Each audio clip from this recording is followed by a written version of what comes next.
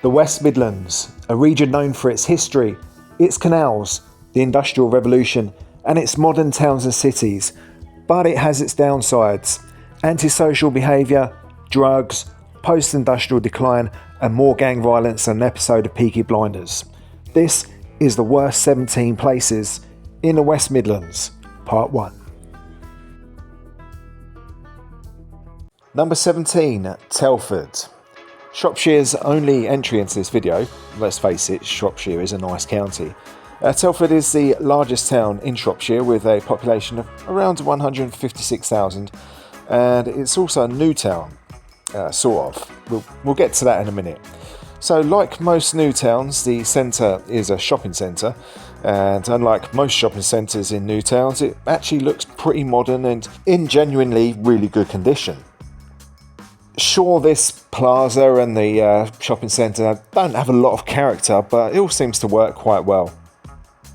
There's a lot to do in Telford as well, with an ice rink, bowling, a little zoo, a mock-up Victorian town, the Iron Bridge Gorge is only a few miles to the south, and then you've got the surrounding Shropshire countryside.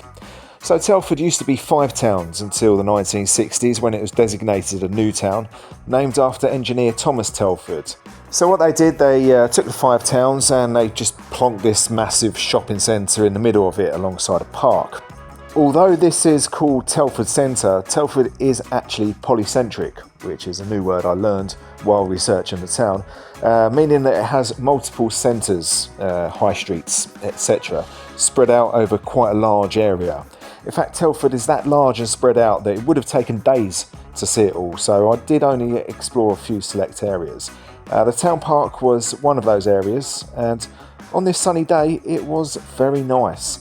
It's also a massive park at 227 acres, and I was thoroughly enjoying my walk around the hiking trails, but I was heading towards somewhere that had been in the news recently, not for good reasons.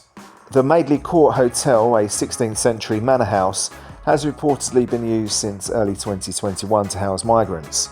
Now, when I was there in September 25, there had been folk at the hotel making their opinions known, with security trying to keep them out. It was all fenced off, as we can see here, and I could see security staff watching me from inside the hotel and on the hotel grounds. Now, Telford is a town that not so long ago had a massive scandal with grooming gangs, with the Sunday Mirror reporting up to 1,000 victims and the perpetrators being mostly of Pakistani origin. In a town with that history, it seems absolutely crazy to me that foreign men are being housed here in this 5-star manor house, and to think that nobody would object to it. Moving on, Dorley is one of the towns that makes up Telford, and this wall celebrates 2 very different characters, a 40-stone man and then the first person to swim the channel. Nothing great is easy, apparently. Well, tell that to the AI slop channels that get more views than me. Dorley High Street has surely seen better days. We've got chicken shop, Turkish barbers, pizza shop, closed down shop, police car, pub, bookies, chippy, pub, charity shop, kebab, yeah. I could be talking about any high street there, really, couldn't I? Through Mallingsley then, or Malingsley, or however you say it, St Leonard's Church was designed by Thomas Telford himself, and then it was back into the not particularly pedestrian friendly town centre with its many roundabouts like most new towns have. Unlike most new towns, however, I found Telford to be neither dystopian nor depressing. It's actually quite a nice town.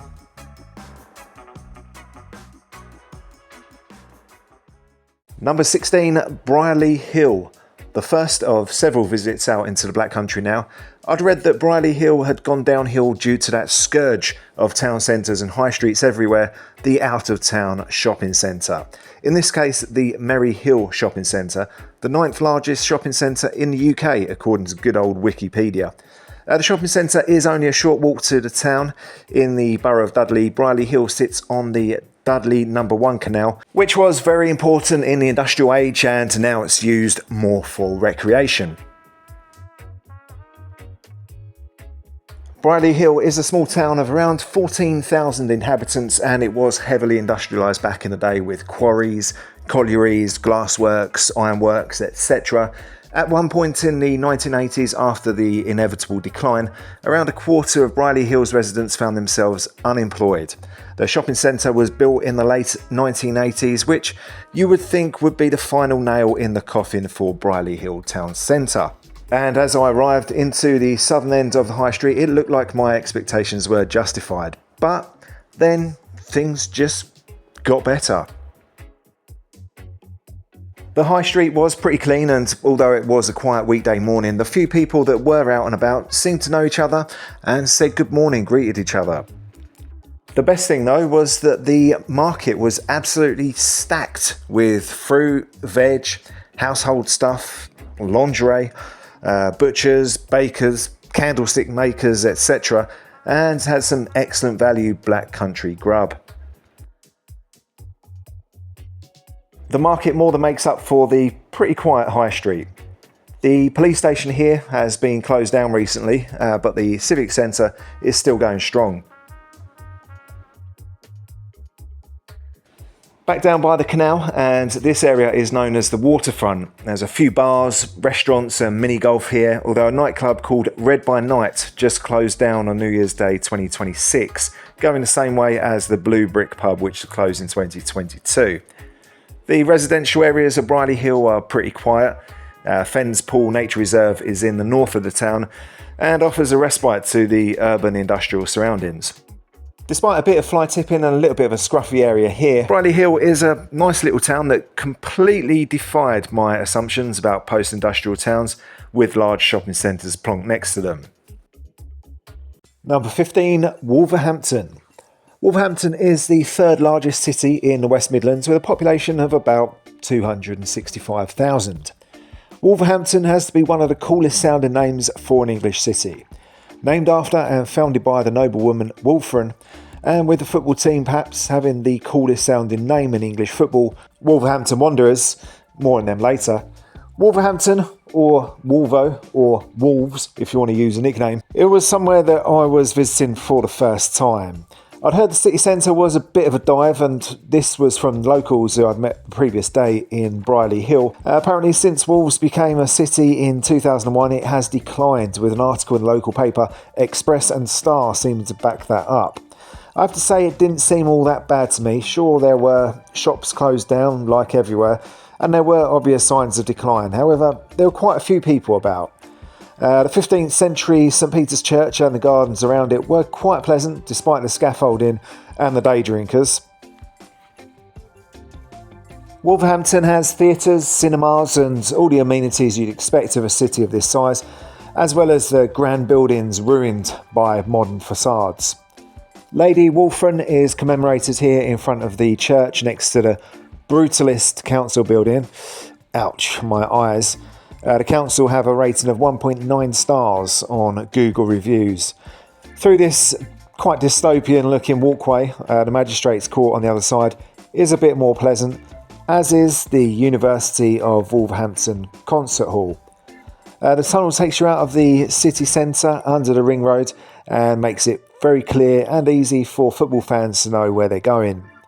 Wolverhampton Wanderers are one of the founding members of the Football League and have played at the Molineux Stadium since 1889. They've won the league 3 times, all in the 1950s, the FA Cup 4 times and the League Cup twice. They're one of only 5 clubs to have won all 4 divisions. One of the chaps working there was very friendly and let me in to take a quick bit of footage, so Wolves are all right in my book. Sadly, their football team at the moment isn't particularly all right. They're not doing too well this season. At the time of editing this video, they sit bottom of the Premier League and it looks like they have 0 chance of avoiding relegation. Banks Brewery sadly ceased trading in September 2025 after 150 years. West Park was next on my list of places to visit. The park itself is pretty nice and the squirrels are friendly too. But the park has a sinister side. It has had some real horror stories in recent years. A 17-year-old boy was fatally stabbed over a mobile phone in 2024 and a 14-year-old girl was assaulted and killed here, which made national news in 2018. This area faces serious issues with gang violence. In September 2025, 2 men were shot dead in nearby Whitmore Reams. We're heading back into the city centre this afternoon then, and I could see why people said Wolvo was a ghost town.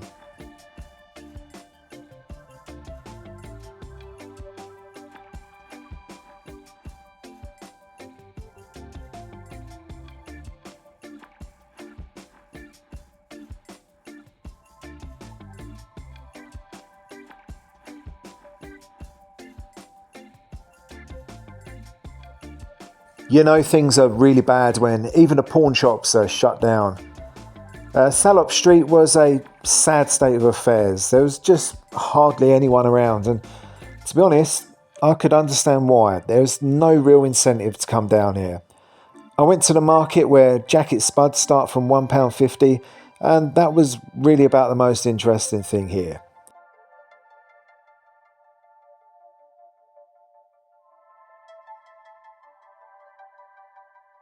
Perhaps there'd be something more interested in the Wolf Run shopping centre? No, not really. Just the How Much clearance shop.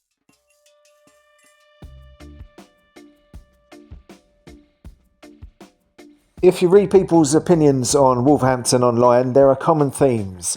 Some say it's a dump, but it's my dump. It's not what it used to be, is another one that comes up quite often. And a lot say that the council have let it go to ruin and do nothing to attract people to the city centre. I had to look more into the council, and at the time of editing, the Labour-run council of Wolverhampton have been granted £118 million over the next 3 years. Councillor Uday Singh of the Conservative Party called this move rewarding failure. BT's department store was opened in 1877. It became a House of Fraser in 2005 and finally closed its doors in 2020. The iconic Gifford Arms pub had an interesting festive period in 2025 when part of the ceiling collapsed with the punters still inside. Thankfully nobody was hurt. These buildings are on Victoria Street, one of the main pedestrian streets in Wolverhampton, and as you can see, it was very quiet. Outside of the city centre again, I headed up to the aforementioned Whitmore Reams, scene of a double murder just a couple of weeks before my visit. Aside from the fly tipping, the strangest thing I saw here was the chicken on the wall.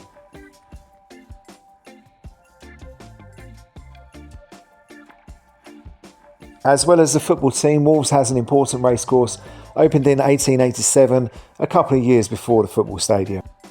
Wolverhampton started off as a market town specialising in the wool industry, quite suitably given its name, Wolverhampton. It was then heavily industrialised and has suffered from the inevitable post-industrial decline. The council's plan is laid out until 2042 to try and revitalise the city. From what I can tell, people are pretty pessimistic over the council's ability to get any of that done. Despite all of its problems, I quite like the city. I did mention the violent crime before, but I feel like that's only going to affect you if you're involved in that world. The people I spoke to in Wolves were very friendly, sort of the earth kind of folk. The city centre, whilst run down and quiet, didn't feel dirty or intimidating, but perhaps it's different after dark. I wasn't hanging around long enough to find out. Off to the next place. Number 14 is Kidderminster, the carpet capital of England. I arrived into Kidderminster at its quiet and modern railway station, which happens to be right next door to the not quite so modern, but not as old as you might think, Kidderminster town station, which is the terminus of the Severn Valley line running to Bridgnorth and built in the Victorian style in the 1980s. Yeah, that's right. Despite the appearance, it was built in the 1980s. They just made it look Victorian. The station is on top of a hill, so from there it is literally all downhill towards the town centre, literally if not figuratively. The underpass takes us under the ringway, which was built in the 60s and 70s. That takes us out into this sort of central pedestrian roundabout. We take the exit towards what was once known as the epicentre of the carpet capital of the world. Kidderminster's carpet industry had two heydays, once in the 19th century and again post-World War II. You can learn all these rug-related facts in the Museum of Carpet here. And as we can see here, there's a cinema, bowling and bars in some of these repurposed warehouses.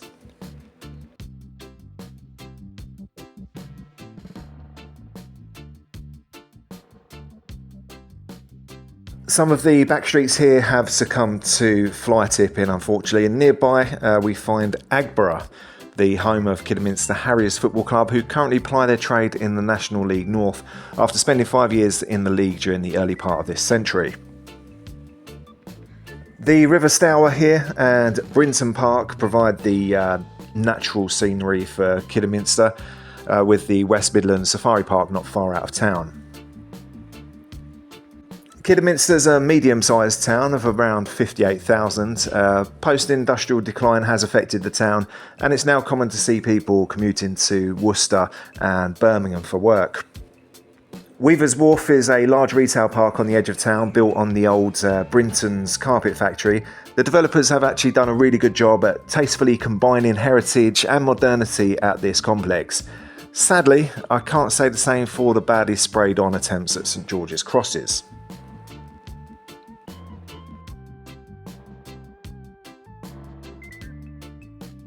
So far, Kidderminster seemed like quite a nice town, but it was now time to visit the town centre. I'd kind of feared that the retail park would have taken away from the high street a little, and sure, this shopping centre does seem a little dated and some of the shops were closed down, but there were still a fair few people about enjoying the nice weather, and there were shops that were open.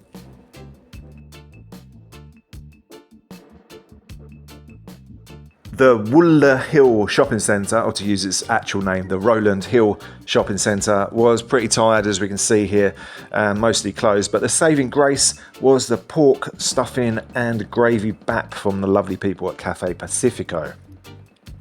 Back out on the streets, the town hall was being refurbished, so that was as close as we were getting to the town hall, and the old Brinton's offices are now offices and flats. Kidderminster is alright. There's nothing really wrong with it. Maybe its name sounds kind of strange, Kidderminster. I kind of like just saying that word, to be honest, Kidderminster. Aside from the name, it's a pretty decent town. Time to walk up the hill then to the railway station and carry on the journey. But first, I had to admire the marketing genius of this craft ale pub. Number 13, Evesham, the worst town in Worcestershire, according to another YouTube channel that looks at towns with bad reputations. A market town of around 28,000, Evesham is a stone's throw from Tewkesbury, the Cotswolds, Cheltenham and a bunch of other posh places. As you can see, I arrived very early in the morning, just as the sun was coming up and the commuters were heading on to their direct trains to Worcester, Oxford or London. The River Avon flows through the town and regularly bursts its banks, meaning some of the nicer properties here are uninsurable. Everything I'd read and seen about Evesham had been negative, but I soon realised this was based on Cotswolds and Worcestershire standards. Now, I'd just come from Birmingham, the Black Country and the Potteries, so my standards were kind of different. As the day began and the shoppers came out, I looked around for the reasons why this town gets such a bad press. Bon Marché is now Gone Marché, but that's nothing new. I've already done that gag about 3 times in this series. And the streets of Evesham seemed quite pleasant. The 8th century abbey here was the 3rd largest in Britain when it was built, and despite the moody weather, the Abbey Park was all very nice too.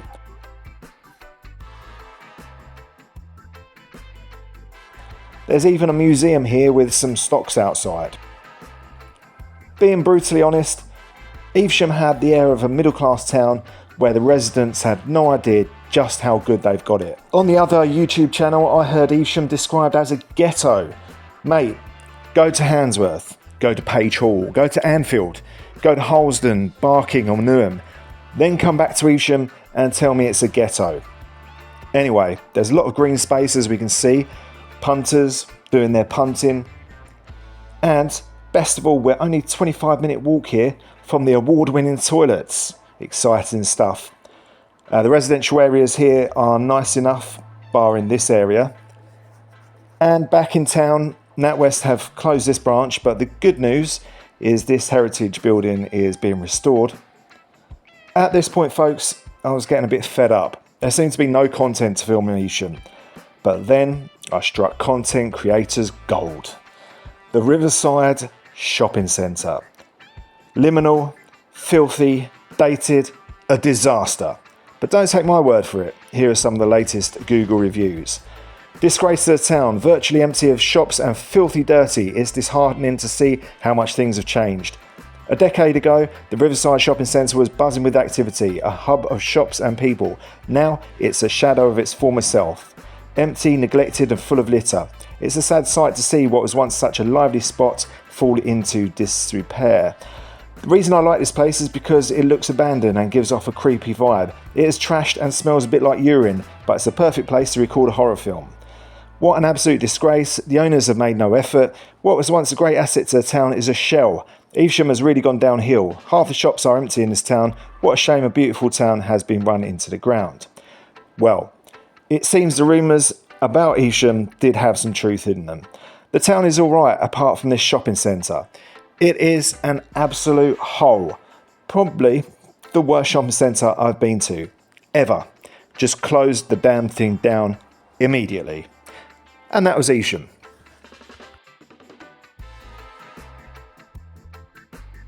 Number 12 is Coventry. Coventry is one of the largest, one of the most multicultural, and it's the most central of cities in England, being only 12 miles from the exact centre of the country. It's a pretty modern city in the area around the main railway station and has a high student population of around 50,000, reportedly from 160 countries around the world. I arrived into Coventry on a sunny Sunday afternoon, and as we can see there's quite a lot of people about. Coventry was the UK capital of culture for 4 years, from 2020 to 2025, so it's seen a fair bit of investment, although it does have its fair share of closed down shops. This is the Hertford Street covered arcade, and this features a vibrant art installation called Endless Ribbon Connecting Us. This was part of the UK City of Culture programme.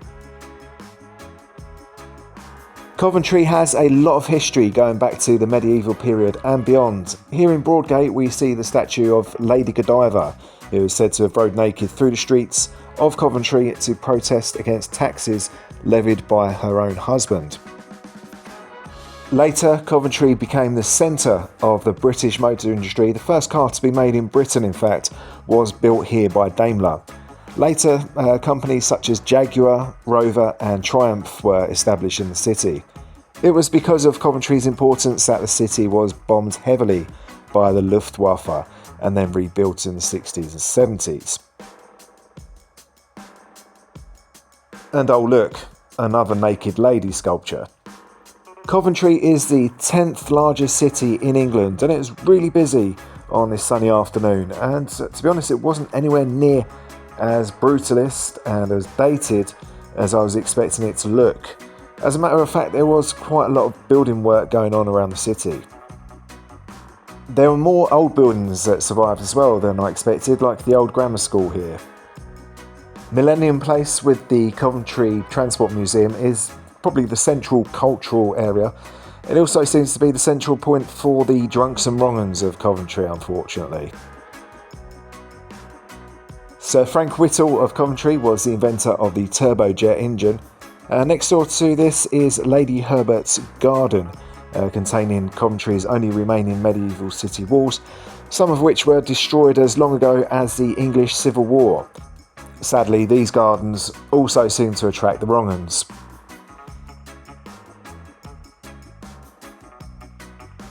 Maybe if we want to preserve the nice gardens, perhaps a couple of police officers, maybe even a park ranger wouldn't go amiss. I guess we're too skint to do that these days, aren't we? Anyway, as you'd expect from a student-y multicultural city, Coventry does have loads of food options. Has some nice water features, and the older parts of town are genuinely pleasant. Possibly the most famous buildings are the Coventry Cathedral complex, new and old. We'll have a look at the newer part first then. This was consecrated in 1962, and the new cathedral, well, it was closed on the day of my visit for the reasons that we can see here.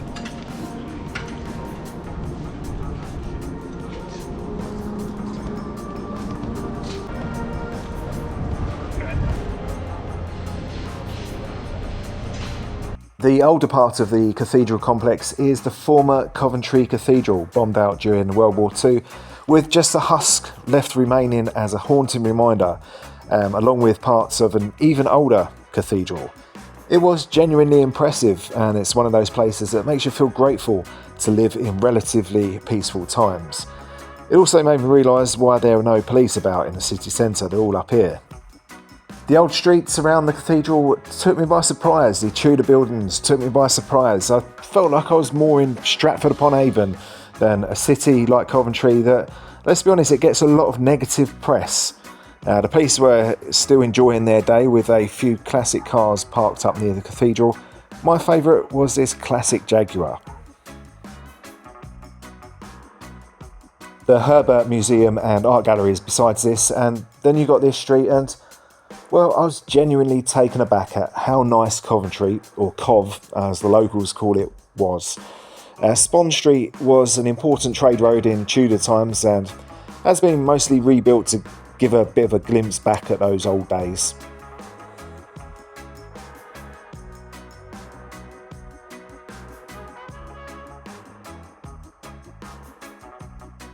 Sorry to burst your bubble, but we're heading back to the 1960s now. The Belgrade Theatre was the first civic centre to be opened in the UK after World War II, and Belgrade Square was named after Coventry's twin city at the time. So we've got some more city centre medieval going on here, the Coventry Cross there, Priory Row, and just coming up is the Council House.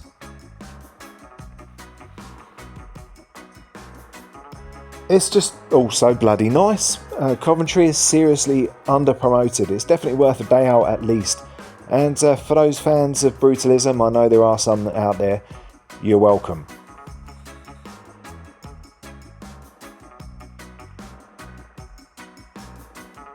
Just outside the city centre is Fargo Village. It's nothing to do with Fargo, Minnesota. This place is a Technicolor Charles Bronson and Tin Man Clarence Bodick, a funky, artsy, overpriced, ethically sourced craft Costa Rican cappuccino in a cardboard cup kind of place. Which was understandably quiet because it was a Monday morning. A beautiful Monday morning, in fact, here on Gosford Green. The Two Town Museum celebrates a genre that was birthed right here in Cov, blending ska and reggae with punk rock and new wave, quite symbolic of multicultural Coventry.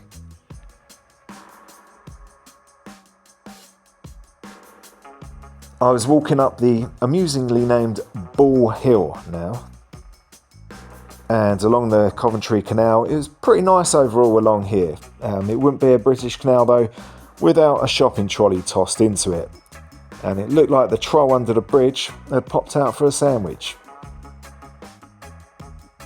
The Swans were enjoying the sunshine, and now we were on the Jimmy Hill Way, past the Arena Shopping Park, the Arena Railway Station, the Arena Bus Station, and to the Coventry Building Society Arena. Home to Coventry City FC since 2005, the team have won one major honour, the FA Cup in 1987, and at the time of editing are riding high, sitting pretty in top position in the Championship, and looking like they'll get promoted back to the Premier League under manager Frank Lampard. Here we have a statue of Jimmy Hill, owner of the most famous chin in football, and we leave the football stadium to head down the Foles Hill Road, one of Coventry's most notorious areas. According to a Billy Moore video, you have to watch yourself here, gangs are on every corner. To me it looked fairly normal for a place with large foreign population and the businesses that cater to those people. And the various places of worship includes in two gurdwaras and a church.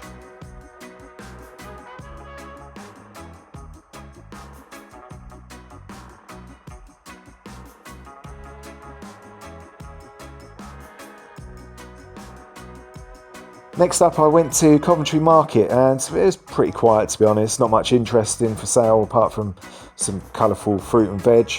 Maybe this is where Coventry band The Specials got their inspiration for their 1981 hit Ghost Town. But as far as I could tell, Coventry really wasn't a ghost town at all. It seems to be quite underrated. I don't think that'd make a very good song though. This town is kind of underrated. No, it doesn't work. Number 11, Tipton. Deep in the Black Country, in the borough of Sandwell, about halfway between Wolverhampton and Birmingham, lies Tipton. A place I knew little about, but popped up quite a lot online. Tipton has some of the most deprived areas in Britain, according to the Tinterweb. It's been covered quite extensively already by other YouTubers, which paint the picture of, oh, it's run down, but the people are absolute legends, which is what you see in every video now, it seems. Anyway, I was here at 4 PM and the shopping centre was deserted. Apart from the pub, which had 3 motorised scooters and a chair outside. We am Tipton is the local yam parlance. Tipton is commuting distance to Birmingham both by train and by canal if you have the means to do so. I was going for a unique Black Country experience though at Mad O'Rourke's Pie Factory, and the place didn't disappoint. It really was mad. There should be more places like this.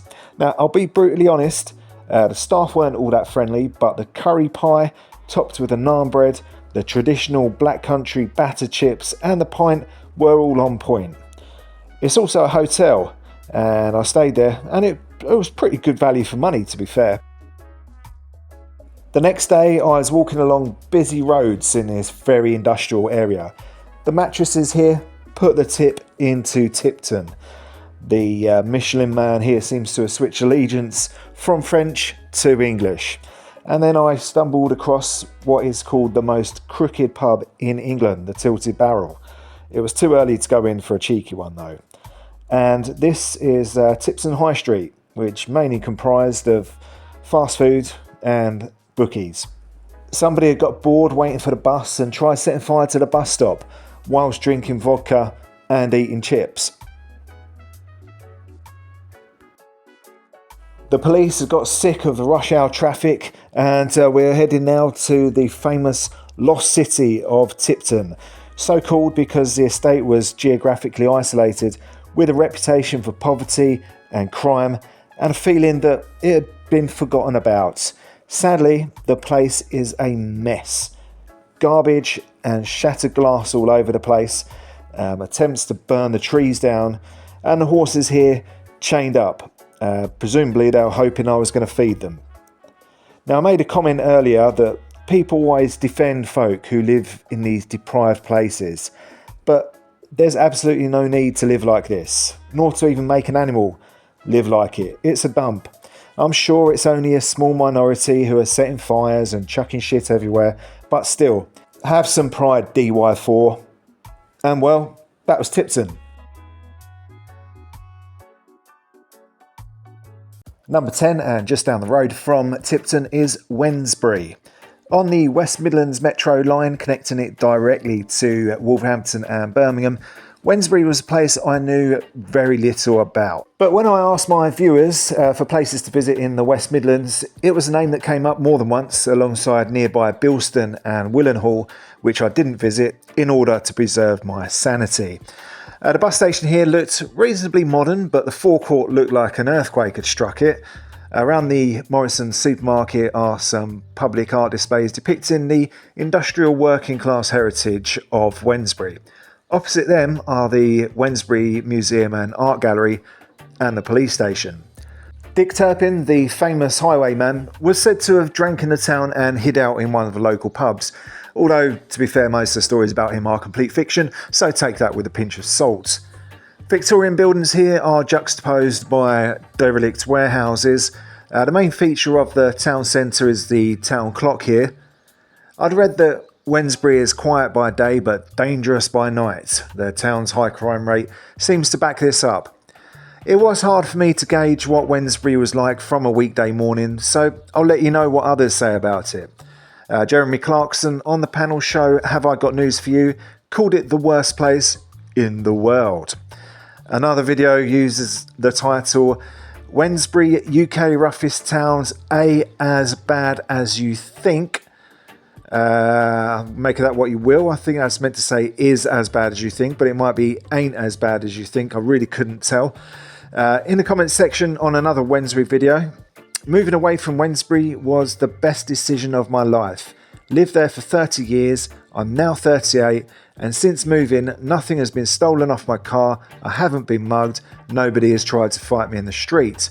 I'm loving life. And another video laments the possible opening of another 4 Turkish barbers on the high street. So, not exactly complimentary. There's not really much else I can say about Wednesbury. My impressions from a few hours walking around and having brekkie in the local Wetherspoons was that it seemed to be the most ordinary of ordinary small towns, with good transport links which we'll be utilising now to leave Wednesbury. Number 9, Cannock. Cannock is a town around 29,000 in Staffordshire, about halfway between Walsall and Stafford. It's a former coal mining town that went into decline. We're not off to the best of starts here with the indoor market in the shopping centre, which has a distinctly 70s feel to it.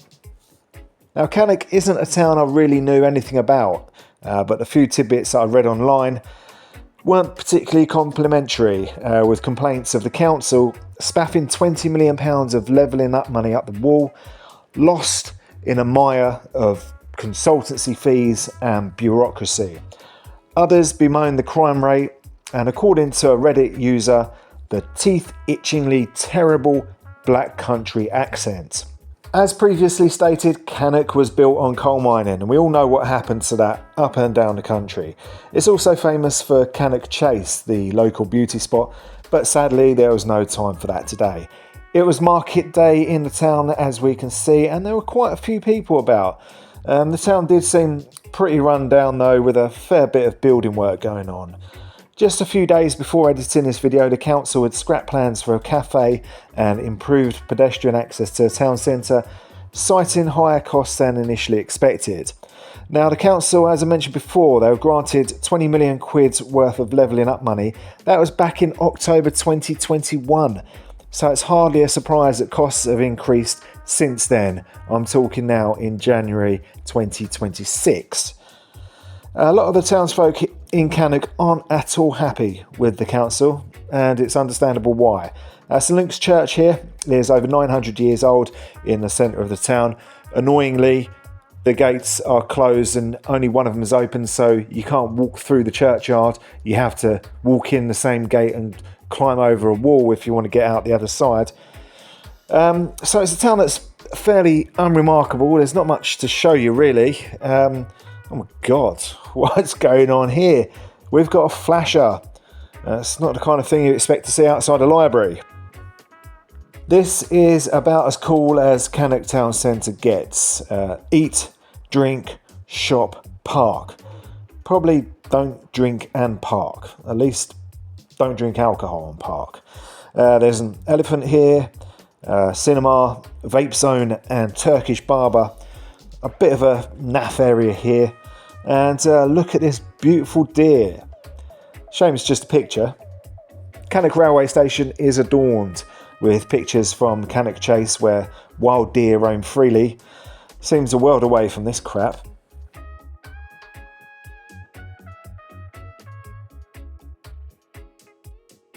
There's a small nature reserve here, but I doubt they have any deer grazing, and next to it is the West Midlands designer outlet. Now, I'm not into my shopping and I can't afford designer clothes even if they are heavily discounted, but I could tell this was a much nicer shopping experience than Cannock Town Centre, albeit for a different clientele.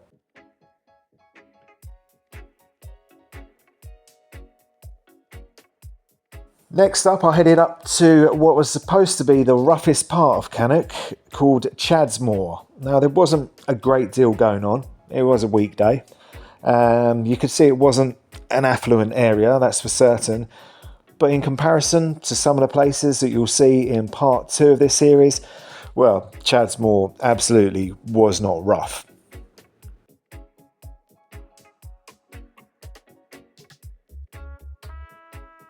In the end, I managed to see a deer without even having to leave the town, so I'm counting that as a win. And to be honest, that was about as exciting as it got in Cannock. Time to get on the next bus out of here. Number 8 is Stoke-on-Trent. Stoke is a medium-sized city of around 260,000, roughly equidistant from Birmingham and Manchester. A city that I think it's fair to say doesn't have a reputation for being particularly glamorous. Stoke is polycentric, yes, that word again, with it being made up of 6 different towns. If there were a centre of Stoke, it would be here in Hanley. This is about 5 p.m. on a Friday afternoon, so I wouldn't expect it to be full of shoppers, but I was surprised just how dead this place was. I was in Stoke for the weekend though, so decided to come back to Hanley the following afternoon. I took a walk past the city central mosque to Hanley Park, a park with a reputation for gangs and antisocial behaviour and monkey dust. Monkey dust is a man-made drug that apparently mimics the effects of cocaine or speed, but has more unpredictable side effects and is a heck of a lot cheaper and just as addictive. For some reason, this drug is an epidemic here in Staffordshire and particularly in Stoke. The sign, "Do you feel it too?" made me wonder if this was aimed at the monkey dust users. I was staying just south of the park in the student area, which I have to say was not the most salubrious place. I was in a shared house and at one point the police came in looking for someone. Also got barely any sleep thanks to a couple shagging in one of the other rooms. Stoke has a lot of canals and some of the buildings have been repurposed and some aren't in quite as good nick.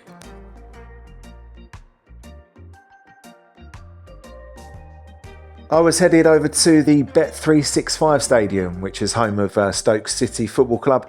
I wanted to take footage of the Sir Stanley Matthews statue, but was told I couldn't do it on this cloudy Friday night in Stoke, as there was an event going on and scruffy visitors like me weren't allowed in.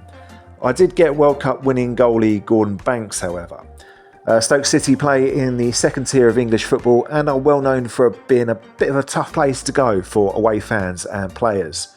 The stadium is miles away from Hanley and it was getting dark by the time I got back, so I decided to call it a night. The following morning I was up early, checked out this strange artwork, the Stoke Minster and the Stoke Market, which was still closed at this time in the morning.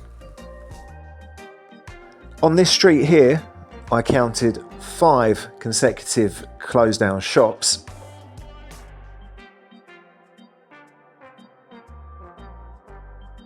Stoke is the centre of pottery and ceramics in Britain, and it would have been remiss not to have had a look at the ceramics biennial.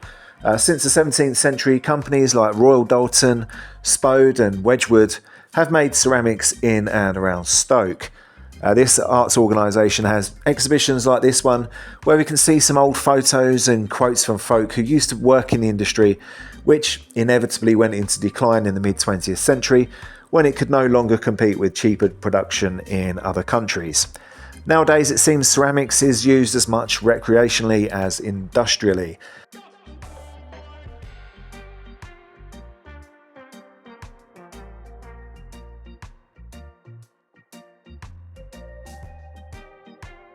This part of Stoke has the feel of somewhere that hasn't seen much, if any, development since the last century.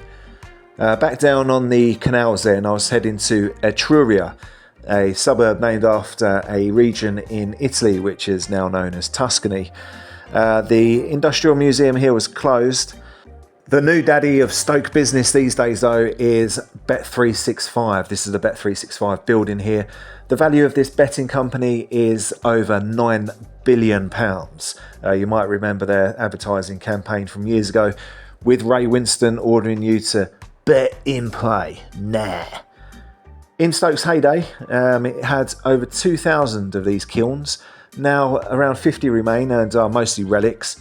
Personally, I love stuff like this. If I live closer, I treat the kilns like Pokemon and try to find them all. This one here in Middleport has a not so secret garden, sadly closed at the time I was there. The next thing I wanted to hunt down was a Stoke delicacy, oatcakes. Oatcakes are kind of like savoury pancakes. I had mine at the Packing House Cafe in Middleport Pottery by the canal.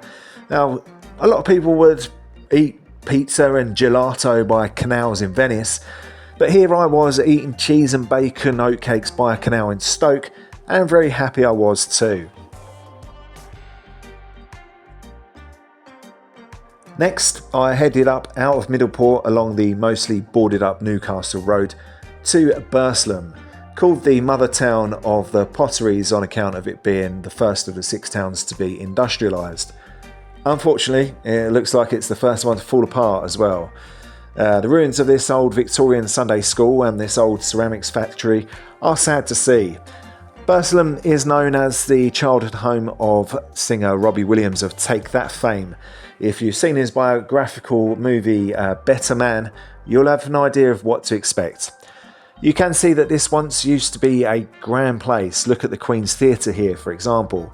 But my goodness, has it fallen on hard times. Ian Fraser Kidderminster, better known as Lemmy, the lead singer of Motorhead, was born to raise hell here in Burslem.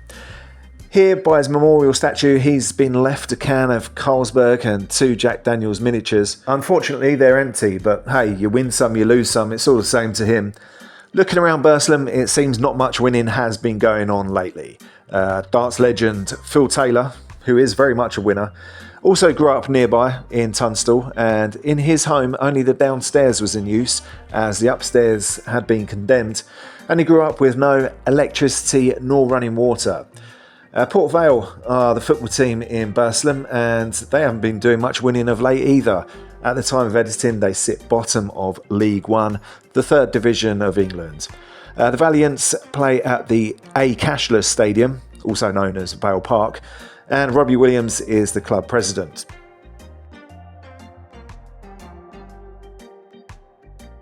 Burslem is at the top of a hill here, which we walk all the way down back into Hanley in the city centre. The George Hotel is permanently closed according to Google, but looked open, perhaps for events. Maybe someone can let me know in the comments. Waterloo Road here is dilapidated to say the least, but I was pleased to see that the Czechs and the Slovaks were friends again after their 1993 divorce. Discarded shopping trolleys are a regular occurrence, but I've never seen one with a missing poster on it before. We've got a helpful bus stop here. It wasn't all bad. There were some nice houses on this street. At this point I was dying for a pee, and I went for a cheeky one at Forest Park. I actually think that urinating here improved the place. I mean, look at this, what a mess.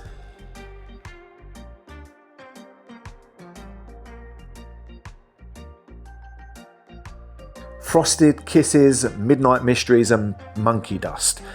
Stoke really is a wonderland. The Dudson Centre here is another potteries museum. We're back now in Hanley, in supposedly the busiest part of Stoke, on a Saturday afternoon, and it was still pretty dead. The Potteries shopping centre isn't great. There's a few retail parks around the city, so that's kind of to be expected. But the city streets weren't particularly busy either.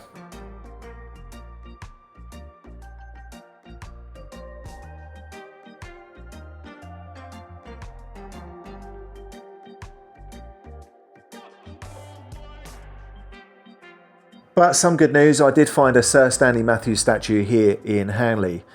Parliament Row isn't fit for purpose, kind of like the current Parliament now as I come to think of it. This shop says you can't buy cheaper. It's got DVDs for £1 each. You can barely give DVDs away these days, mate. You can definitely buy them cheaper than £1. So you might think Stoke isn't a romantic place, but where else do you know that has a his and hers off licence? Hanley Town Hall closed in 2022 and is now earmarked for redevelopment. That's if nobody burns it down first.